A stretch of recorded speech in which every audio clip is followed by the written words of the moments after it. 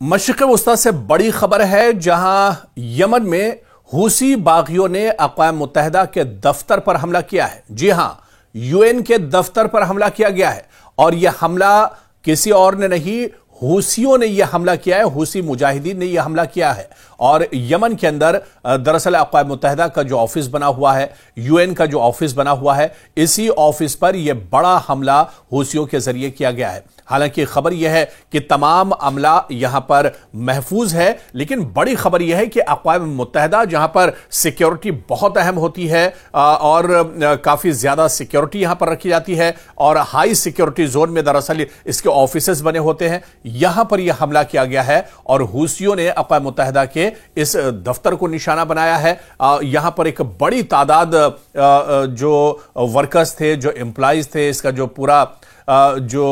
अमला था वो यहां पर मौजूद था और इसी बिल्डिंग पर और इस पूरे कंपाउंड में यह हमला किया है। दरअसल यमन में जारी तवील अरसे से लड़ाई के दौरान हूसी लड़ाकों ने अक़वाम मुत्तहिदा के एक दफ्तर पर अचानक हमला किया है। खुशकिस्मती से इस हमले में अक़वाम मुत्तहिदा के तमाम अमले को नुकसान नहीं पहुंचा। यह वाकया यमन में कशीदगी की एक नई झलक दिखाता है और आलमी बिरादरी के लिए भी एक बड़ी तशवीश का बायस है। जी हां, खासतौर से अगर मशरिक़ वस्ता की बात की जाए तो यह हमला मशरिक़ वस्ता के मौजूदा जो हालात हैं उस पर एक तरह से सवालिया निशान लगा रहा है। यह हमला कहीं ना कहीं बिन्यामिन नेतन्याहू की भी मुश्किलें बढ़ा रहा है। यह हमला इजराइल के लिए तशवीश के बायस एक तरह से बन सकता है और इस हमले के बाद पूरी दुनिया में दरअसल एक बाज़गश्त हुई है और पूरी दुनिया में इसकी धमक सुनी जा रही है, क्योंकि अब हूसियों ने कह दिया है कि वो जिस तरह से उनके साथ अमेरिका उन्हें बार बार टारगेट कर रहा है, तो ऐसे में अब वो खुलकर एक तरह से जंग के मैदान में आ रहे हैं और वो इजराइल के लिए अब परेशानियां, जो जमीन है वो मशरिक़ वस्ता में एक तरह से तंग कर देंगे। दरअसल हूसी मुजाहिदीन ने यमन के शहर में अक़वाम मुत्तहिदा के दफ्तर पर यह अचानक हमला किया है। हमले का मकसद या इसके पीछे जो सियासी या अस्करी वजूहात हैं वो एक तरह से निकलकर सामने आ रही हैं। दरअसल एक तरह से डर बिठाना और हूसियों का यह कहना कि अक़वाम मुत्तहिदा भी कहीं ना कहीं इजराइल के बलबूते ही एक तरह से काम कर रहा है, अमेरिका के इशारे पर काम कर रहा है और इसी वजह से अपनी नाराजगी जाहिर करने के लिए हूसी मुजाहिदीन और लड़ाकों ने यह बड़ा हमला किया है। इस हमले में अक़वाम मुत्तहिदा के अमले की हिफाजत को यकीनी बनाया गया और कोई जानी नुकसान का रिपोर्ट नहीं हुई, यानी कोई जानी नुकसान इस हमले में नहीं हुआ है। लेकिन इतना जरूर है कि यमन में कई सालों से खाना जंगी जारी है, जिसमें हूसी जो लड़ाके हैं और हुकूमत के दरमियान कशीदगी बरकरार रही है। हूसी लड़ाके ईरान की हिमायत याफ्ता फोर्सेज हैं और यमन के शुमाली और वस्ती इलाकों पर अपना कंट्रोल रखते हैं। अक़वाम मुत्तहिदा यमन में इंसानी बहरान के हल और अमन की कोशिशों में दरअसल सरगर्म है, लेकिन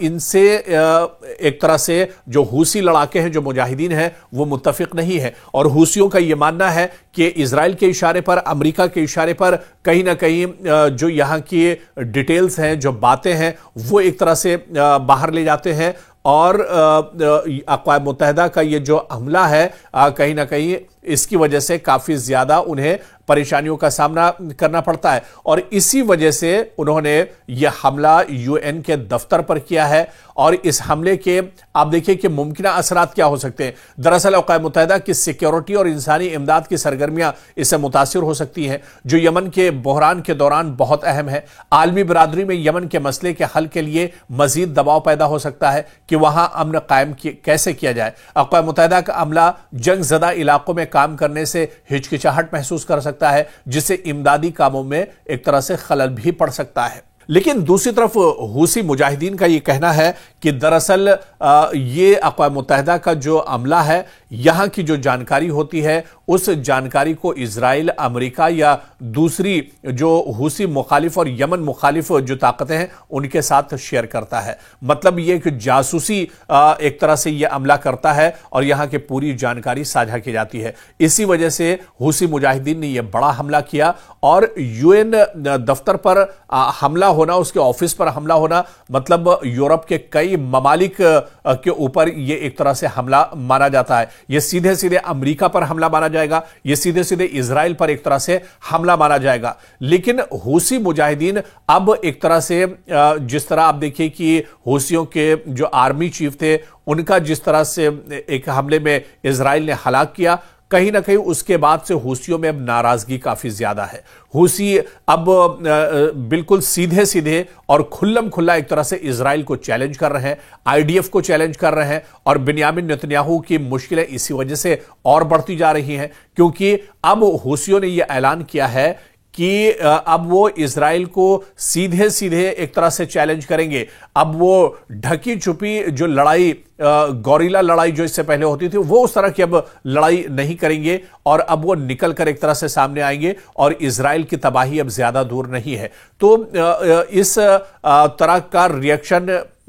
हूसियों की तरफ से आया है, और इसी बीच ये बड़ा हमला किया गया है यूएन की इमारत पर, जिससे आप देखिए कि अक़वाम मुत्तहिदा और दीगर जो आलमी इदारे हैं इस वाक़े की मजम्मत कर रहे हैं। बैनुल-अक़वामी बिरादरी मुमकिना तौर पर हूसी जो लड़ाके हैं इन पर दबाव डाल रही है कि वो इमदादी और अमन की कोशिशों को नुकसान न पहुंचाए, लेकिन हूसी इन्हें इमदादी अमला नहीं बल्कि एक जासूसी अमला इन्हें मानते हैं कि ये हूसियों की जानकारी, यमन की जानकारी, यमन के फौज की जानकारी जो है दरअसल इजराइल और अमेरिका के साथ शेयर करते हैं, और उसके बाद इजराइल एक तरह से टारगेट करता है यमन में, और हूसियों के जो ठिकाने हैं वहां पर टारगेट किया जाता है। आप देखिए कि यमन में जारी जंग के सियासी हल के लिए मजीद कोशिशें की जा रही हैं ताकि ऐसे वाकयात दोबारा ना हो, लेकिन हूसी बागियों का अक़वाम मुत्तहिदा के दफ्तर पर हमला एक परेशान कुन अलामत है जो यमन में जारी बहरान की शिद्दत को जाहिर करता है। ताहम अमले की हिफाजत और आलमी बिरादरी की तरफ से फौरी रद्द-ए-अमल ने इस वाक़े को महदूद करने में मदद दी है। अब यह जरूरी है कि तमाम फरीक अमन और इंसानी इमदाद के अमल को महफूज बनाने के लिए मिलकर काम करें। हालांकि हूसियों का यह मानना है कि जब तक इजराइल अपनी रविश से पीछे नहीं हटता है, इजराइल अपने नापाक हरकतों से बाज नहीं आता है, तब तक उनकी जवाबी कार्रवाई जारी रहेगी और वो इसी तरह से कार्रवाई करते रहेंगे। एक तो हूसी जो मुजाहिदीन हैं वो गजा में जिस तरह से इजराइल ने कत्लेआम किया है उसको लेकर नाराज है। इसके अलावा यमन के मुख्तलिफ इलाकों पर इजराइल वक्फे वक्फे से अटैक करता रहता है। हूसियों का नाम लगाकर वो यमन और उसके आसपास के इलाकों पर अटैक और हमला करता है। इससे भी हूसियों में काफी ज्यादा नाराजगी है। पिछले दिनों जिस तरह से हूसियों के चीफ को शहीद किया था इजराइल ने और एक हमले में उनको मार दिया था, और उनका जो एक 13 साला बेटा था वो भी शहीद हुआ था। इस हमले के बाद नाराजगी दरअसल और ज्यादा बढ़ गई है, और इसीलिए हूसी मुजाहिदीन का यह मानना है कि वो इजराइल को नेस्तो नाबूद कर देंगे, इजराइल का पूरे तौर से खात्मा कर देंगे, और इजराइल जब तक अपनी नापाक हरकतों से बाज नहीं आता है तब तक उसे एक तरह से मुंह की खानी पड़ेगी, और इस तरह के हमले उनके मशरिक़ वस्ता में जारी रहेंगे। खासतौर से चाहे वो रेड सी हो या फिर इजराइल के बॉर्डर और सरहद से लगे हुए जो भी इलाके हैं वहां पर वो इस तरह के हमले लगातार करते रहेंगे, यानी इजराइल के लिए मुश्किलें एक तरह से बढ़ाते रहेंगे। और जिस तरह से यूएन के दफ्तर पर हमला हुआ है, अक़वाम मुत्तहिदा के दफ्तर पर यमन में हमला हुआ है, इससे एक सीधा पैगाम यह जाता है, सीधी वार्निंग एक तरह से इजराइल को जाती है कि इजराइल ने अगर अपने हमले नहीं रोके तो इस तरह के मजीद हमले हूसियों की तरफ से मुस्तकबिल में किए जा सकते हैं।